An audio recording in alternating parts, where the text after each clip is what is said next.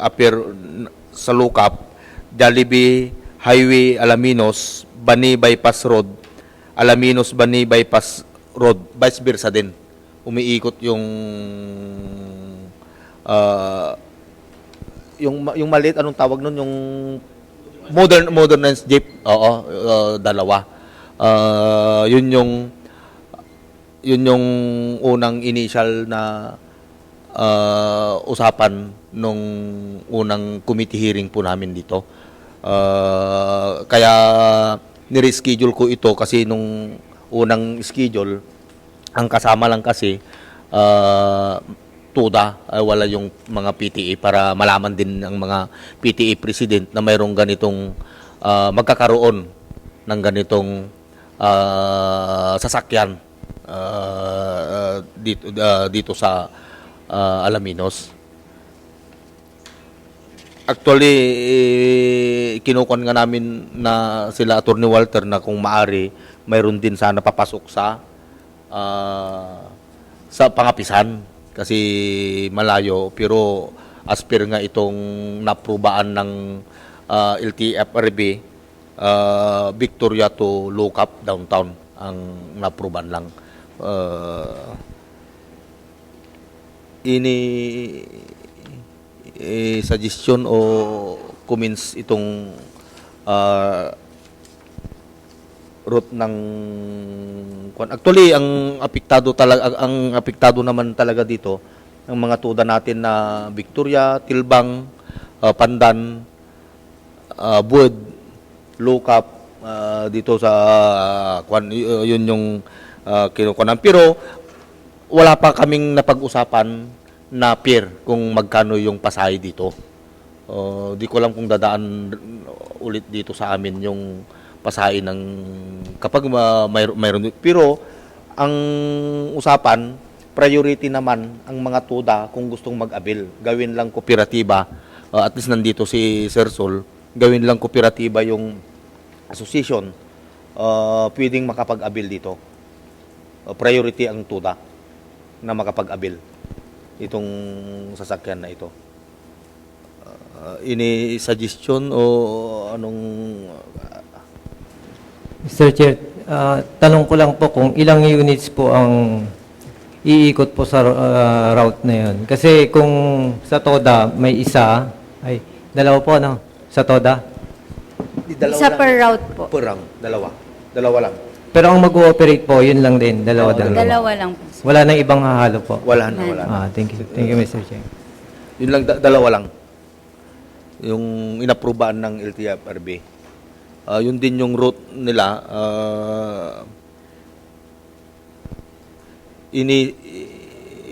Suggestion o kwan pa dito, comments o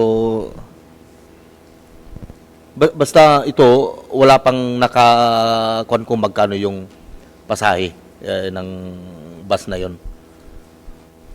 At least pinaalam lang namin, lalo-lalo sa mga PTA para may kasi kapag nagkaroon tayo, at least alam nila na kasi siyempre pagtingin mo kasi itong sasakyan na ito parang magbiyahe ng Lingayen, magbiyahe ng Dagupan, baka hindi alam, at least kaya pinatawag namin ang mga PTA yung mga madadaanan nito.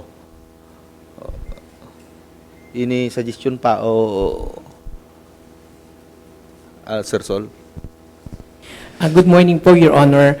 Gusto ko po lang pong balikan kung paano nagkaroon po ng ganito. Kasi during, kung maalala po natin, anong buwan po yun? March or February po, Ma'am TRU, nung pumunta po ang mga taga-LTFRB po dito. At yun nga, sinabi nila kasi parang 5 years in the making po kasi yung pag-approve po natin ng route plan po natin. So, panahon pa po ni Sir Max de la Cruz. So, na last year, itong year na ito, parang first quarter, yun nga, pumunta po dito ang LTFRB at sinabi nga po nila na na-approve. Ito po ay, for the information of the body lang po, nagkaroon po ng study talaga na kung bakit nagkaroon tayo ng addition na parang route plan kasi nga masyado ng marami na pong nagbabiyahe po Ibig sabihin, kumbaga congested na po yung lugar po natin at kailangan po siguro gumawa ng action ang city government of Alaminos at ito yung pinupost nga po nila. So talagang ang maapektuhan po talaga dito po ay lalong-lalo na kapag nagkaroon na po tayo ng siguro yung mas ewan ko kung ano yung plano po ng CTRU na ayusin po talaga yung mga rota po natin. Kasi pag in-implement po na hindi na pwedeng magbiyahe po sa mga national road ang mga tricycle, wala na rin po tayong magagawa pag national program na po ang nagsabi po o national government na po at national program na po yun. So, yun po yun.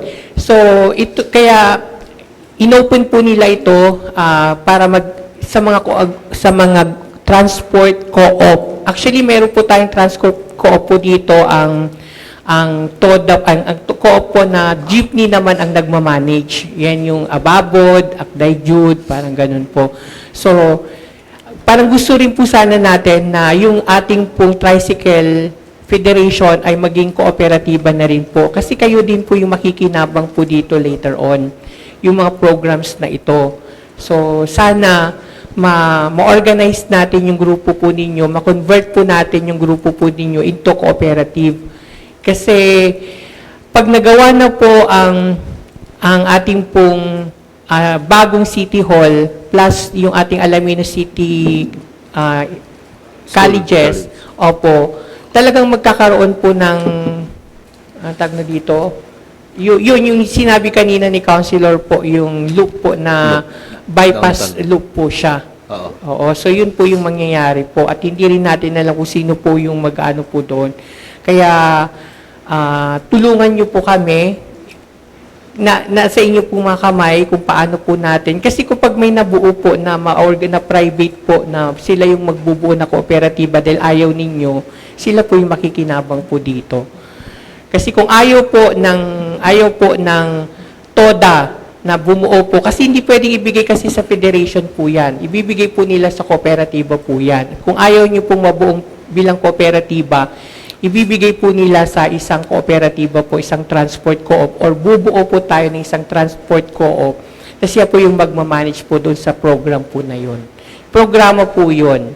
Kaya sa tingin ko po, sana ma-invite nyo po kami during ang opisina po namin sa City Co-op during one of your meeting po sa Federation para i-discuss po natin kung paano po ang pagiging isang kooperatiba po.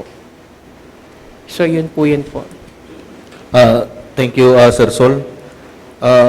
Actually, ang priority dito, TUDA, another income. Actually, Sir Sol, ang matanong ko, hindi naman cash ito, di ba? Parang loan kapag ibigay o pre? Anong kwan ito? Ano? Kaya po sila magtatayo ng kooperatiba, parang imaglo-loan po sila sa isang Sa isang bangko. Bangko po. Ganun pong magiging mangyayari po.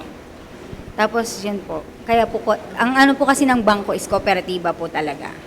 Kaya yun po yung number 1 po. Sana na buo natin is kooperatiba po para sa mga TODA.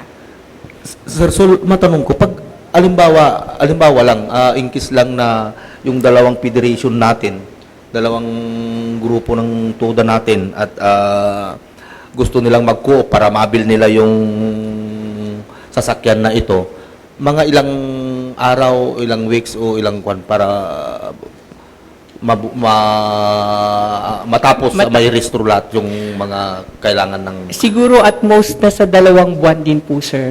Actually, gusto ko rin ilinaw din po yung pag-approve po natin ng route plan natin, ang kakibat po nun ay yung tawag na dito, yun nga, yung magkakaroon po kayo ng kailangan modernized din po yung gagamitin po ninyong sasakyan. So, nire-require tayo dahil inaprubahan tayo, ang TODA po ay hindi po kayo under kay LTFRB. Tama? Under lang po kayo ng LGU. Oo. LGU. Pero dahil dun sa pinaprubahan po natin na route plan po natin, magkakaroon po kayo ng modernized jeepney. So, magiging sakop na po kayo ni LTFRB. So, dahil magiging sakop na po kayo ni LTFRB, jeepney po, modernized jeepney po ang gagamitin po ninyo. Yun po ang, kumbaga, yung pag-apply po natin ng route plan po natin, ang kaakibat po nun or kumbaga, ang kailangan po natin is magkaroon po tayo ng modernized jeepney po. Yun din po kasi yung sagot para doon sa problema po natin na masyadong matraffic na po ang itong area po natin going to Lucap. So, kailangan siguro darating ang panahon dyan na yung mga ewan ko, ano gagawin nila sa mga di ba mayroon nang mandato po na dapat ang mga tricycle nasa ano lang sila, nasa loob. Hindi kayo pwedeng dumaan sa mga national road, di ba? So, yun po yun. Yun po yung kakibat po nito. So, kailangan po natin, kaya ang LGU, alam ko may timeline kayo ma'am, di ba? May timeline sila. Kaya nila pinupush po ito na magkaroon po ng kooperatiba na hawak po doon sa modernized jeepney. Hindi po libre si modernized jeepney. Ilo-loan nyo po yan sa bangko po. Okay? So, kailangan magtulungan para mabayaran po yung sasakyan. Yun po yung kailangan po natin. Hindi po yan ibibigay na libre ni gobyerno. Do may mga subsidy po na ibinibigay po si LTFRB o ng gobyerno po sa atin. So, paano nagkaroon? Liliwanagin po natin dahil may problema. To address the gap, yung problema po natin, okay, panahon pa po ito ni Sir Max, di ba? Dahil nakita nga nila, may study po to, kinandak po ng POSO. Alam ko, sir, di ba, DPWH, yung mga agency po na LTO, sila po yung mga nagkandak po dito, CTRU. Dahil nakita nila na masyadong matraffic, so nagkaroon po sila ng solution. Anong solution po yon? Magkaroon po tayo ng route plan. Okay? Yung route plan po na yon, ano po ang kakibat po noon? Kailangan po natin aksyonan kung ano yung request po, kung ano po yung kailangan po natin doon po sa route plan na yon. At yun nga, papasok dito si LTFRB at kailangan po natin na mag-avail po nung kanila pong programa, yun yung modernized jeepney po.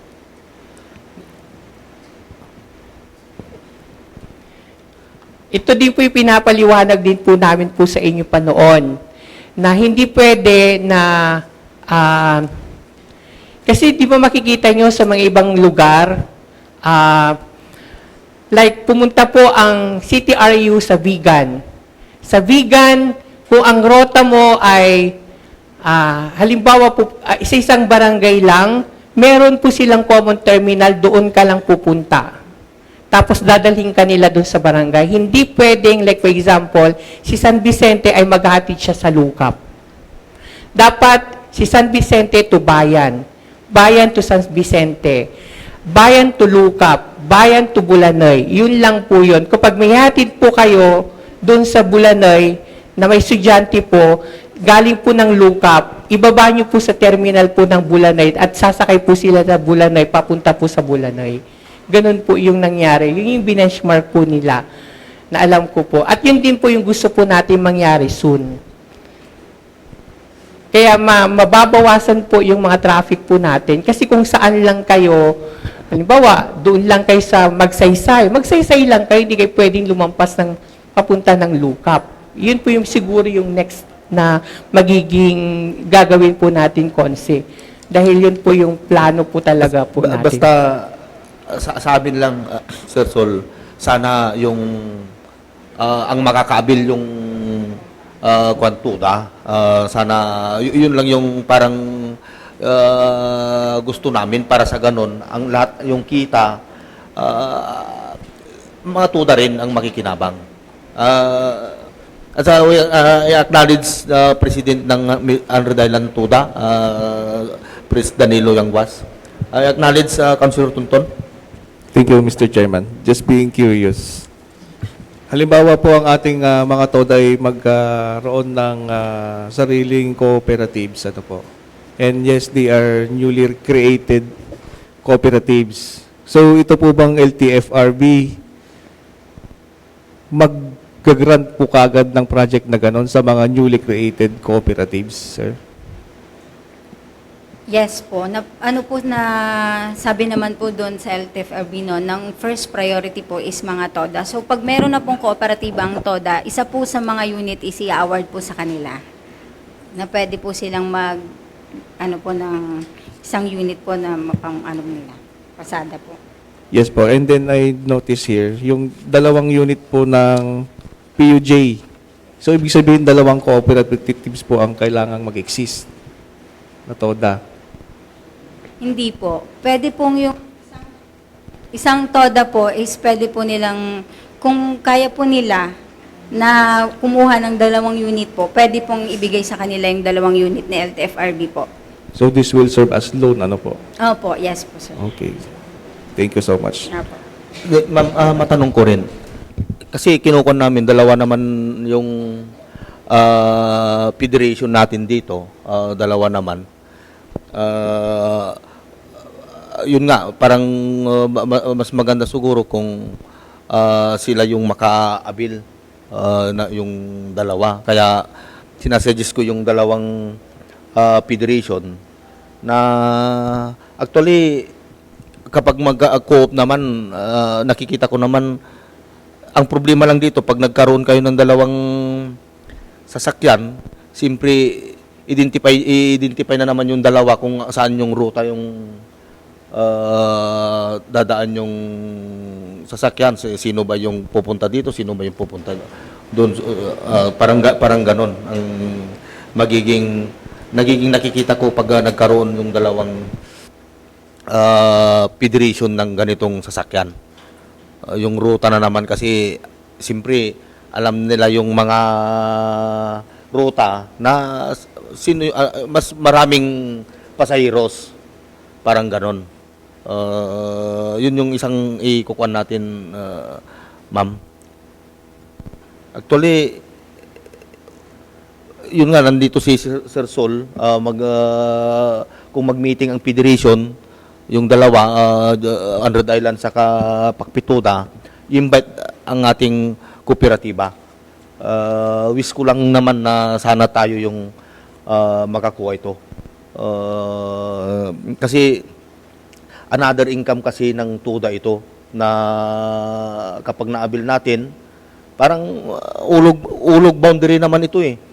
Yung kikitain niya, yun yung iulog sa kooperatiba, Sir Sol, di ba? Kung may natira, yun yung paghatian ng membro. Lahat ng parang yun yung gusto ng city government sa atin, sa mga TUDA. Para at least hindi apektado yung mga madadaanan ng mga TUDA. Yun lang. Ini-suggestion pa, meron pa kayong gustong i-dagdag dito? At least pag okay naman sa atin na ito, during may regular session, i-schedule namin ng public hearing para sa ganun at least mas marami pa tayong kwan.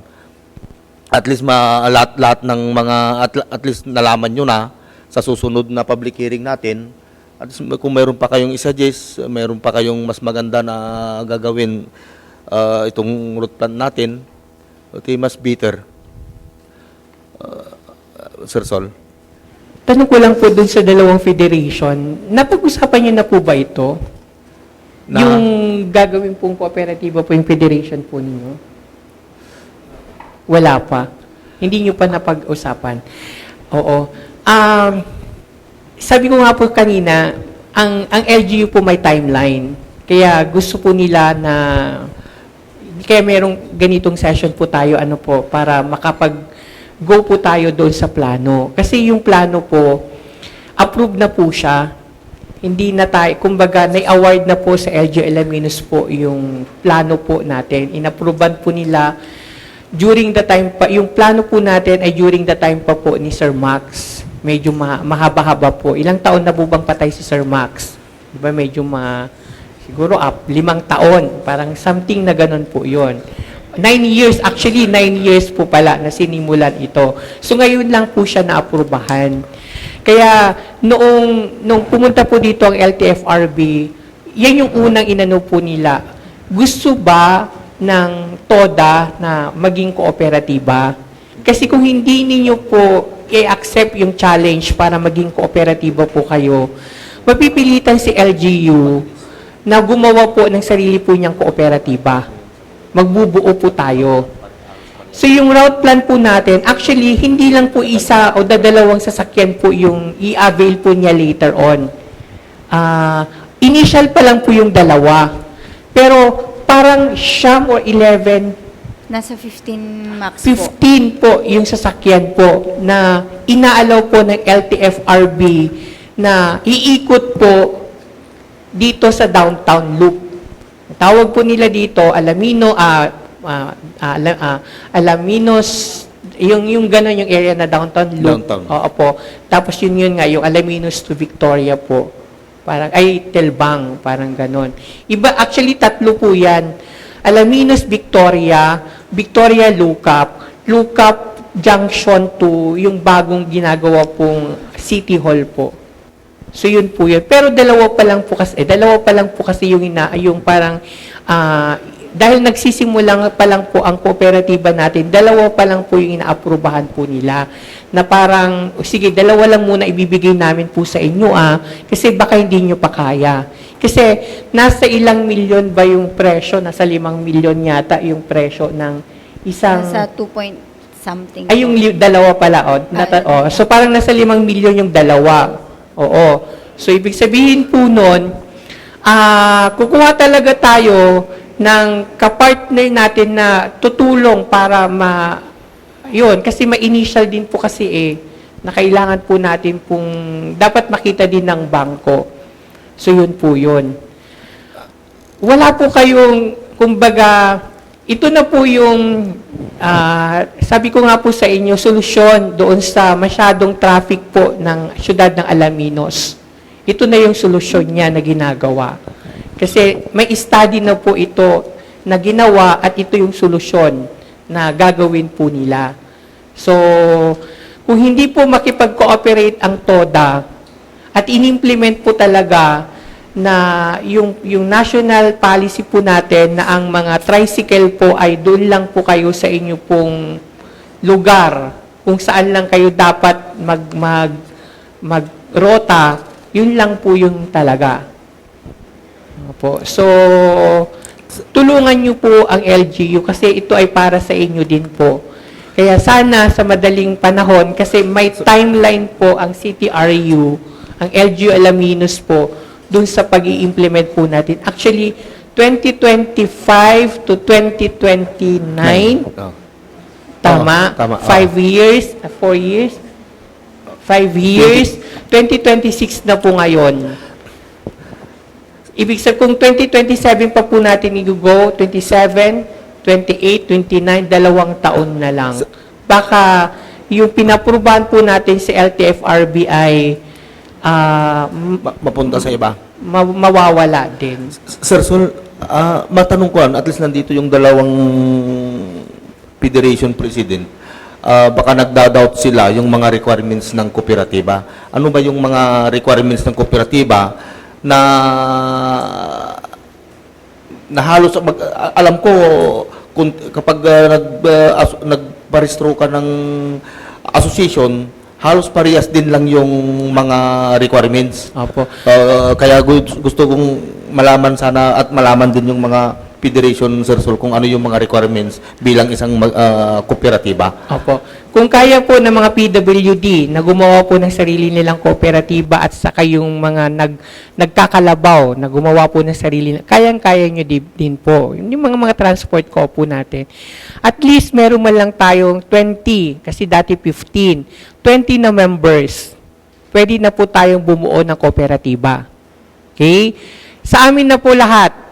Wala kayong po problemahin pagdating po dun sa mga paperworks. Kami po ang ipoprovide nyo lang po sa amin po is pangalan po ng yung 20 na at least 20 ka kung ganun. Pero kung 39 barangays kayo o 40 po kayo na associations, TODA associations po, ibigay nyo po sa amin dito, magkaroon muna tayo ng interim officers. Okay, sino magiging chairman po ninyo, yung mga board of directors po ninyo, yung mga committees po ninyo, yung papers po ninyo, kami na po ang bahala po doon. So, yun lang. Bilisan nyo lang, yun lang, yung mag-organize lang po tayo, magkaroon lang tayo ng interim. Kasi after ng registration po natin, within 90 days, ibig sabihin within 3 months, doon tayo mag-i-elect kung sino talaga yung magiging officers po ninyo. Interim lang muna yung kailangan po namin. Kasi yung study, okay, gagawin po namin yung study po. Tapos yung mga papers naman, templated naman po siya, yung cooperation and bylaws, templated naman po siya. Online naman po yung registration. So ang kailangan lang po namin, yung pangalan po ng inyong mga officers po, yung kung sino yung initially 20 o kung ilan yung ipapasok po ninyo with their TIN number at saka complete address. O bigay nyo na lang po sa amin po yung inyo pong ID po kasi kailangan na at saka yung tax identification number po. Kami na po ang bahala sa opisina po natin.